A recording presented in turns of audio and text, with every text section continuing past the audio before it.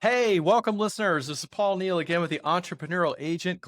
We have you on our show. And today we've got an amazing guest, a super great friend of mine, husband, father, real estate agent, and investor, James Bauslaugh. James, welcome to the show. Thanks for coming on, man. Thanks for having me, Paul. Honored to be here. Oh, this is going to be great. I've been wanting to talk to you for quite some time. I know we've worked together in the past, and we've talked a lot about some of the really cool things you're doing in the vacation properties, and we're going to get into that because you're really just crushing it in that area. But tell me, for me and for all of our listeners, tell us, your story, man. How'd you get in real estate? I mean, you've been such a rock star agent, and I just want to know, how you got there. Well, it's been crazy for me to say this, but this is now my seventh year in real estate as an agent.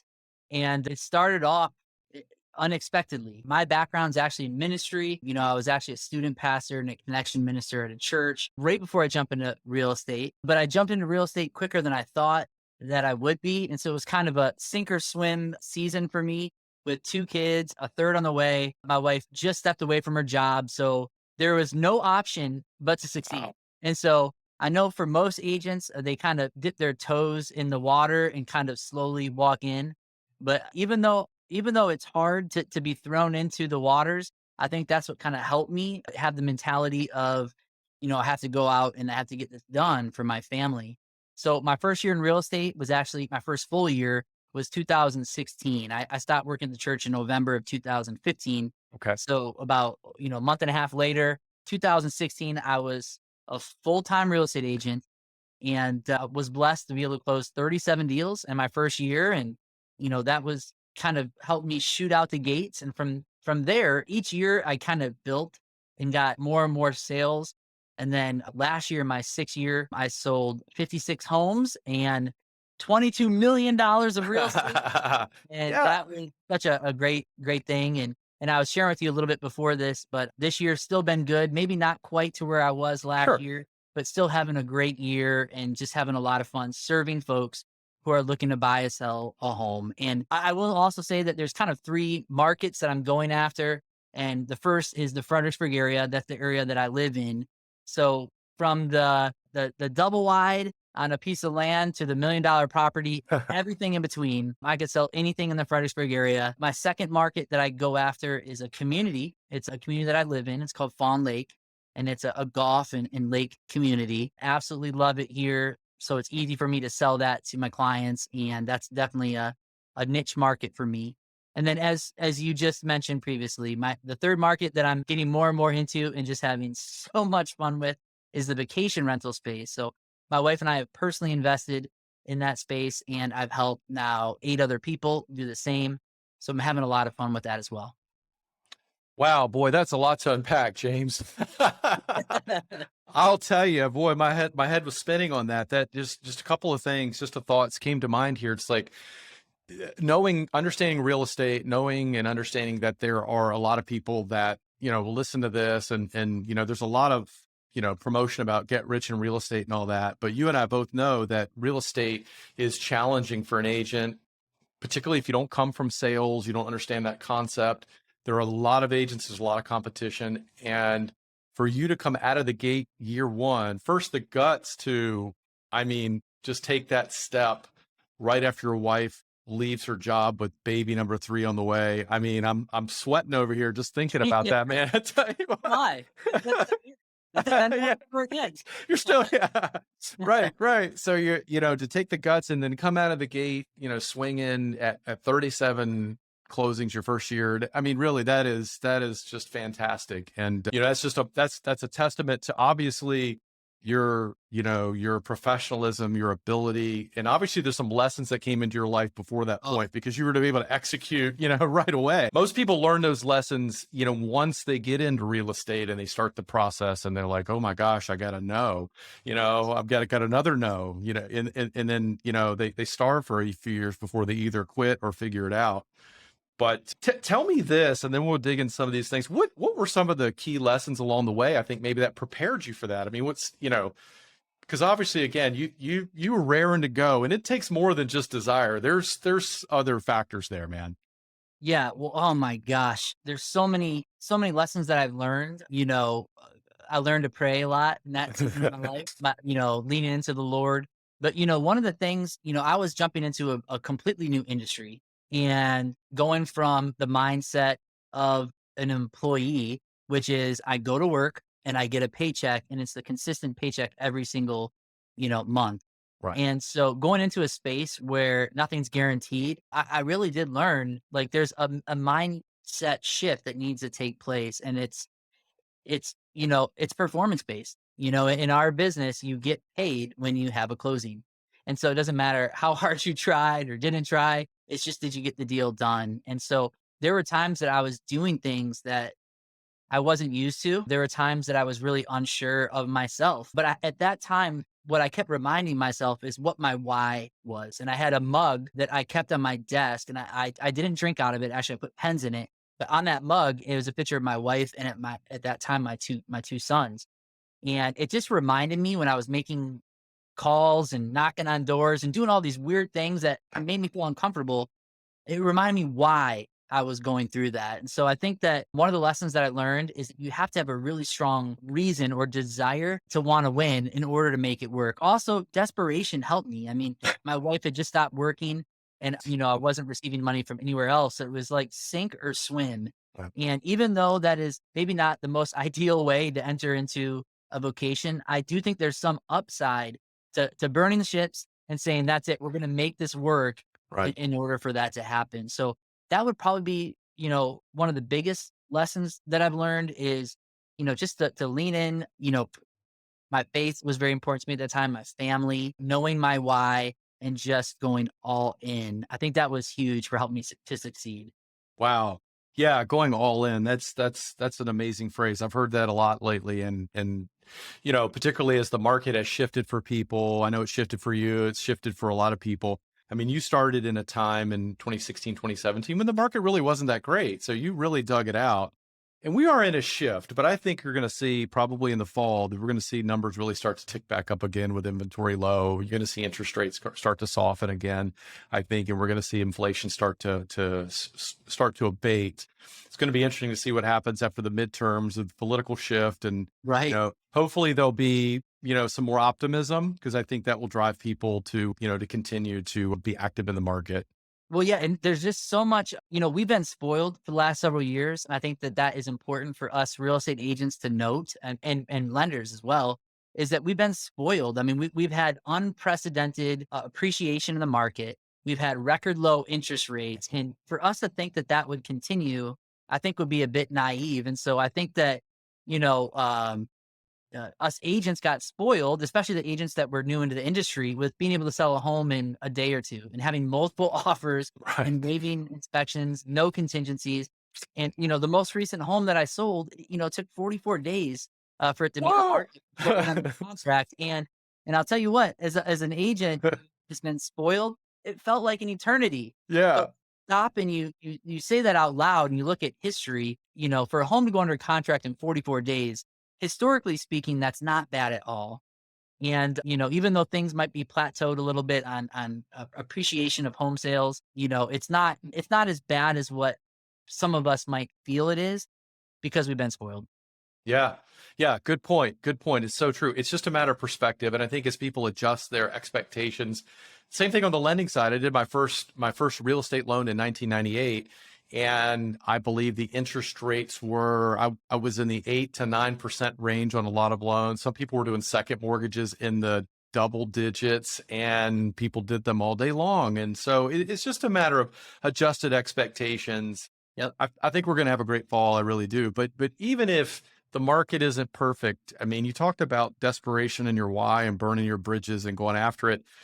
My lesson I've learned after running several businesses, some very successfully, one blowing up in smoke, and that was a bad day. But the lesson I learned too is that, hey, if you just grind it out and work the plan, those that are willing to show up and work are going to make it happen. And if you have a why, you can muddle through it. So I love it.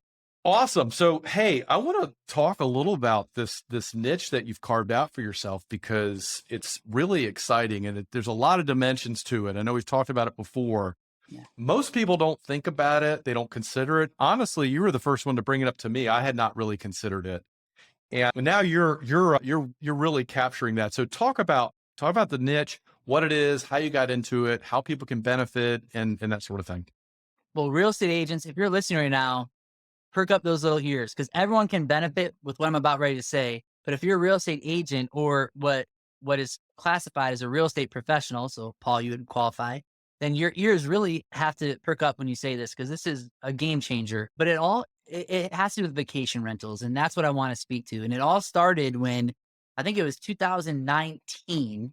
I was with my wife and my three boys. We were on a vacation in the Outer Banks. And, we were just looking for a 3-day getaway or 3 nights, I should say. And we just did like a Thursday, Friday, Saturday. And, back then, this might sound inexpensive now, but back then when I booked it, it ended up being like about a $1,200 booking for 3 nights, which I was happy to pay for. I mean, we were just, a short walk away to the beach.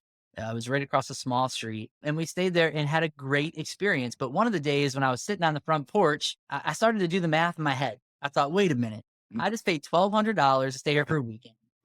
About 200 or 150 or $200 or something like that was going towards a cleaning fee. I said, they just essentially made $1,000 off of me in 3 nights. What would the mortgage payment be in a house like this? So I started to do the math and I was like, oh my gosh, this is a legit business here. So I started to do some research.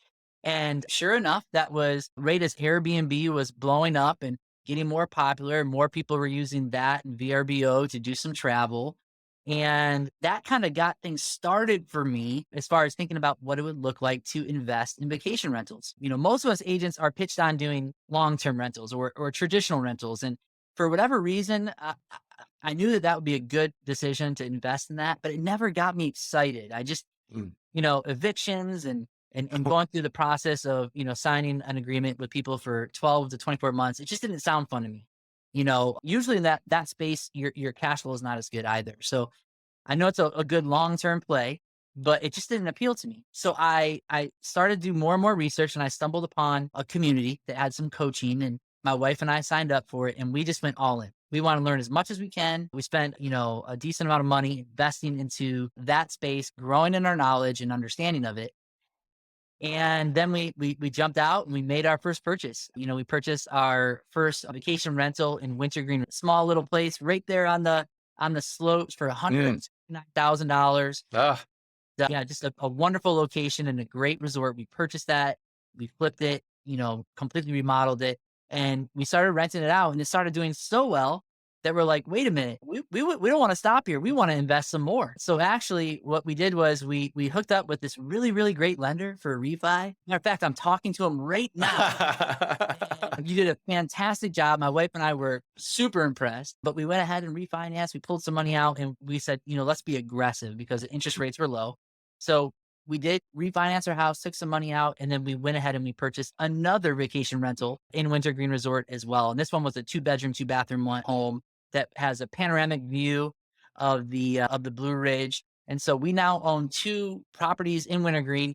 They have done fantastic for us. Gosh, I don't even know where I should stop and let you jump in. But I will say that after we purchased those, they did so well for us that I had other people come to me saying they wanted to do the same. So I've actually, last year I sold 7 properties in Wintergreen Resort and helped some buyers jump into that space so that they too could benefit from the great advantages that are in that space. So I'll pause there because I probably threw a lot out there. Wow. Yeah, you did. Thanks for the plug, though. I appreciate Yeah. that. I wasn't asking for that, but the, you know, as I sit here and listen to you, and I want to get into in these rentals even more, but the thing that really strikes me about you is a couple of things. When you decide to do something, you're all in. I mean, you did that with real estate. You did this with the vacation rental. The idea hit you. Your quiet time. You're sitting outside at the beach at Outer Banks. Enjoying a sunset or whatnot, and all of a sudden you're like, hey, this idea just boom. Like a little bit of research, found somebody that you could mentor you and lead you, made a great decision, and boom. But the other thing is that your wife, man, she's Yes. like behind you 110%, isn't she, on all these Yeah. things? Oh, it gives me chills when you say that. But it was something that we wanted to do together. And that's Yeah. part of the beauty, I think, of vacation rentals space is that you're oftentimes doing it with your spouse and with your kids because your kids get involved. And so, yeah, my wife was behind me 110%. And as most people know who are married, opposites attract. So I'm the sales guy. I love sales. I love negotiating deals, but she's more of the researcher. She likes crunching numbers, looking up properties, evaluating, there's all these great calculators out there that can help you to evaluate, if it's a good purchase or not, and, the return on your investment. And so the two of us together make a great team. And that's something that's very fun when you're doing it with your family.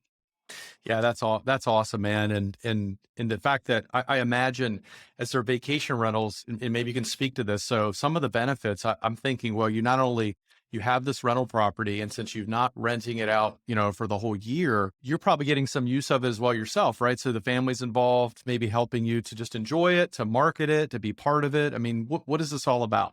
Okay. Oh my gosh. Now we're getting into a lot of fun things to talk about. So I'm gonna talk about two or three advantages into getting the vacation rental space. Let's start off with the obvious. You get to use it, which is super fun.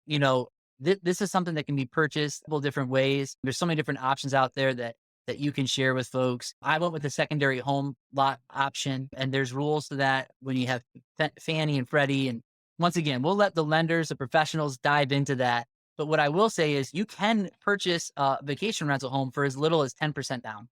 And that's a great option that most people don't know about. And so that's how we purchased both of our properties. But here's the thing, the second thing that is great, besides just being able to use them with your family, is that you get to rent them out and experience positive cash flow. It is amazing how much people are willing to pay to go to a destination or a resort or a nice area to visit. It's amazing how much someone's willing to pay for just a weekend. Yeah. And, when you do the math, it gets silly, and it gets silly fast. And so, the margins are just much greater. The cash flow is much greater. If you do it right, the potential is much greater than what you would experience in a long-term investment. So number one, you get to enjoy it yourself. Mhm. Number two, you get to have positive cash flow. But here's a third thing most people don't realize is that there are incredible tax benefits for vacation rentals. So I'm going to throw out a few buzzwords out there that might make your head spin a little bit, but that's okay. You could follow up with Paul or myself, but you can do something called cost segregation on a vacation rental. And a cost segregation is a specific appraisal that allows them to segregate the cost of the value of the home. And once you do that, you can actually take that cost segregation and do something called bonus depreciation. And bonus depreciation is when you're able to write off that which was segregated in the cost segregation in year one. So I want to say between both of my properties last year, I was able to take the cost segregation of both of them, and we were able to write off about $200,000 between the two properties. And so that on top of the cash flow, now you're talking about benefits that are much more than just what you're seeing come in and come out every month. And so real estate agents or real estate professionals, listen to me when I'm talking to you. There are more benefits than just being able to have fun yourself and have positive cash flow. There are massive tax implications that can come with taking advantage and leveraging things according to the rules out there in a way that can benefit you. So I'll probably throw a fourth thing out there too that I didn't anticipate is I did not, and this is all timing, of course, the amount of appreciation that the value of the home has had since I purchased it. So we purchased one home in January of 2021 and the other home in the fall of 2021. And let's just say that it's been very, very good appreciation since then.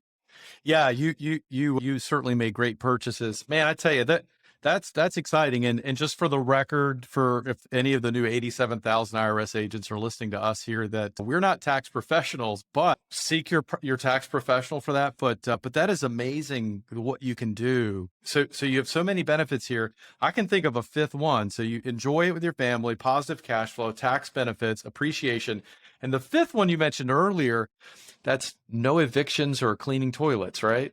Yes. Oh my gosh, yes. That is a huge. Yep. And actually, we've chosen. Everyone does things their own way. Some people self-manage, but we are not. We have a property management company that does pre-check-ins, post-check-ins. They handle the cleaners.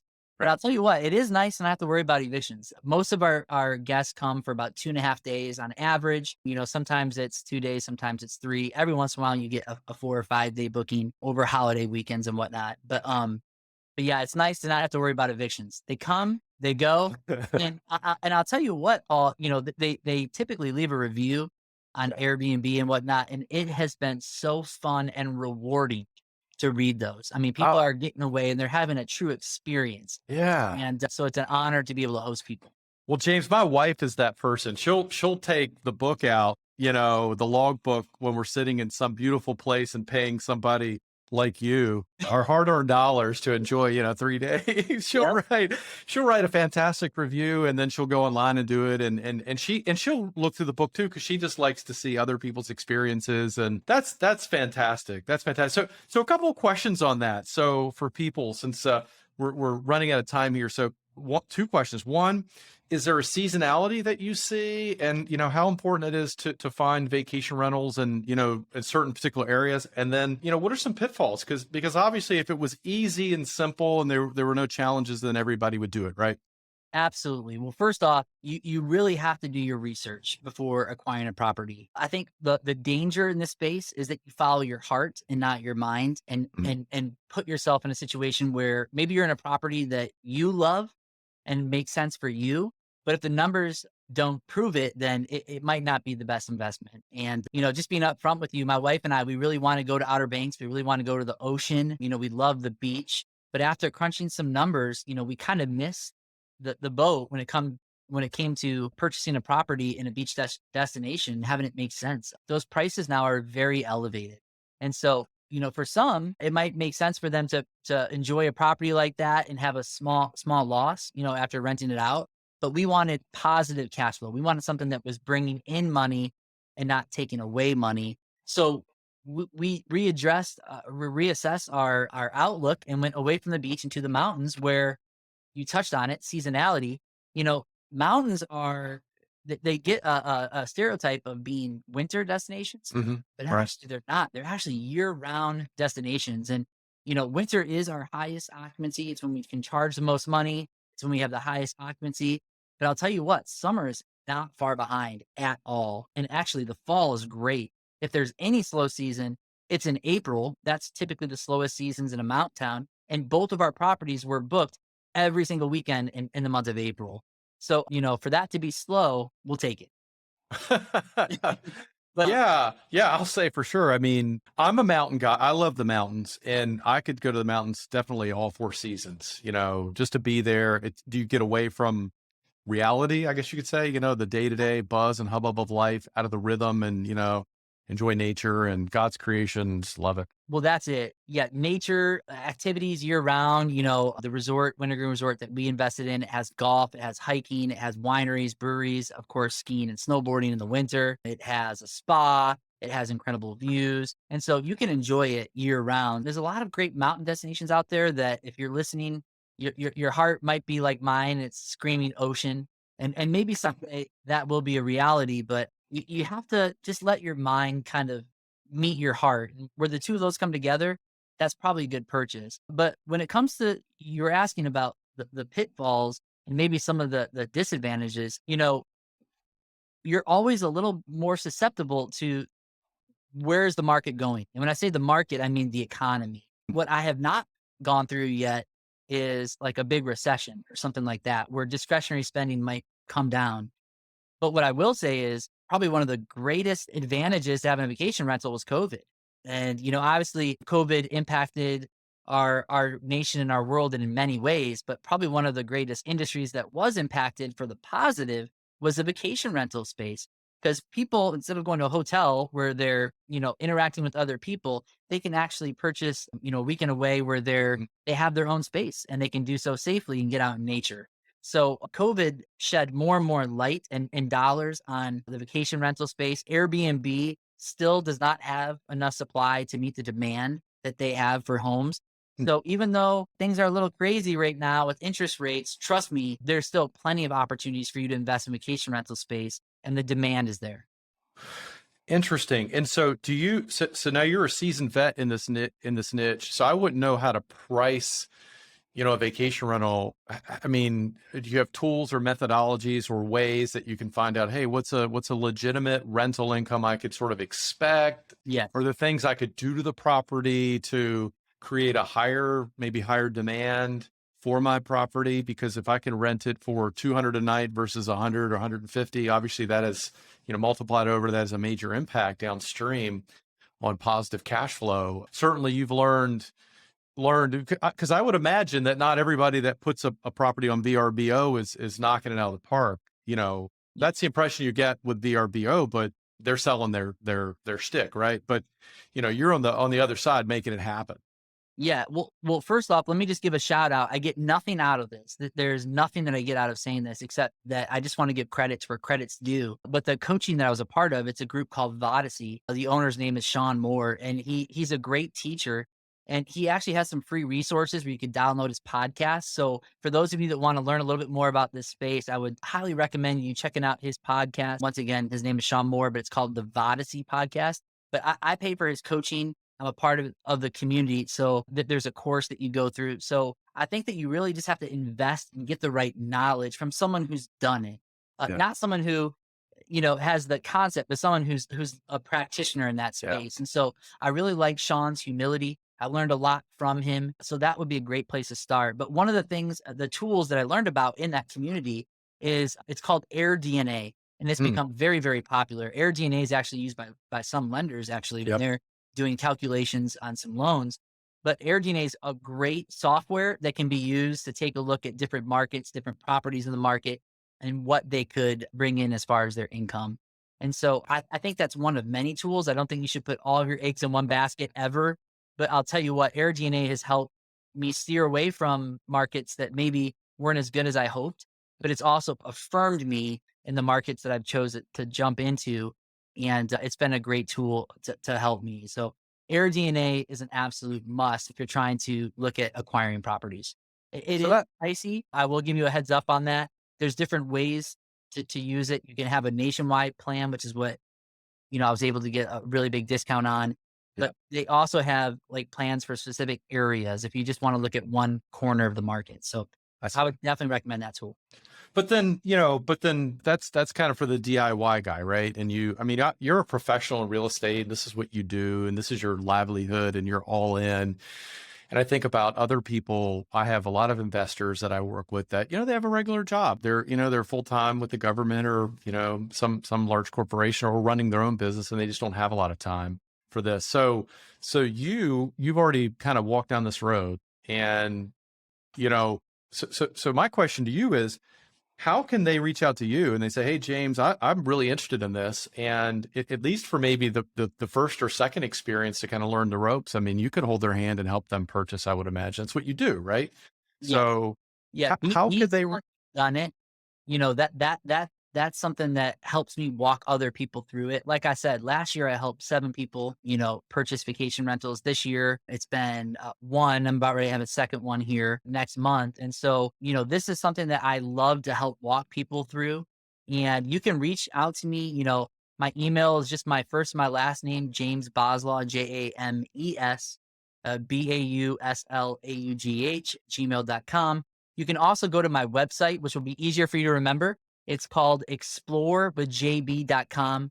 And you'll see that vacation rentals is a space on there. So explorewithjb.com, you'll be able to contact me and I'll be able to help you answer the questions that you have. Also, that software that I was talking about that's nationwide, I leverage that in a way that helps me screen homes that my clients are interested in. So, I had a client reach out to me yesterday and say, James, I'm interested in this property. Can you run the numbers? And, I went ahead and I did that for him. And I was able to provide very detailed information on the property that he was interested in. And I could do that for anybody nationwide. So my connections are across the nation. So if it's not me that's helping you in certain areas of Virginia where I'm licensed to help you, then I can connect you with other real estate agents who are seasoned in that space. And that's what it takes. You really want to get with someone who knows how to acquire something from an investor's perspective. yeah, no doubt, man, it's nothing like somebody else's experience, not my own, because experience is expensive. It's an expensive lesson, no matter how you're learning it, right? Yeah. And we'll put those your website and that information in your email in the show notes. So it'll be there for people to get Yeah, and whatnot. I'd be honored to help anybody. For as you can probably tell if you're watching this on video, or maybe you can hear it in my voice, but I just get so passionate about this topic because the people that I'm helping, it's just fun. They're looking at an investment that will help build wealth for them, for their families. It's oftentimes something they want to pass on to their children and their grandchildren, but it's all about creating experiences with their own family and then also building wealth. And so it's just such a fun space to be in. And so you don't have to twist my arm to help you to get into that space or to talk more about it because it's just too much fun for me. So That's awesome. That's awesome. And it's a lot more fun spending time in your beautiful vacation home with your family than just rolling around on your bank statements. You're like, oh, look at how much money we have. yes, It's so much fun. yes. Awesome. Well, James, we're wrapping up now, buddy. We're at sort of at our time limit. Is there anything that you wanted to mention or say or talk about briefly as we finish that we didn't get into today? Yeah, I think the last thing that I would just want to finish up with is the important for real estate agents and those in the real estate industry. I think it's important for us to understand that we need to have diversified income streams. There is some uncertainty in the market. And I'm like you, I'm probably a little bit more on the optimistic side. I think that there's some pent up demand that's been waiting on the sidelines. And, I think that they could be jumping in the fall. So I don't think the sky is falling, but I still think that it's wise for real estate professionals to have diversified income streams and to invest in channels that provide some wealth building. And so I think that, there's some great opportunities right in front of us. What I didn't say with both properties that I purchased, my vacation rental properties, is I negotiated part of my, commission within the deal. And there's certain ways to leverage that. And so I think that it's just a great opportunity for those in the real estate industry or anyone that's an entrepreneur. Definitely look at real estate investments because, there's nothing like having somebody else pay down your mortgage as you're appreciating in value and experiencing cash flow on a monthly basis. So real estate investment is powerful. Multiple streams of income is important, and it's something we all should look into. Oh, that's fantastic. James, I can't add to that, man. That's an awesome final note. This has been a super blast. I've had a great time with you and let's catch up again soon. Honor to be on the show. Thanks for having me. You bet.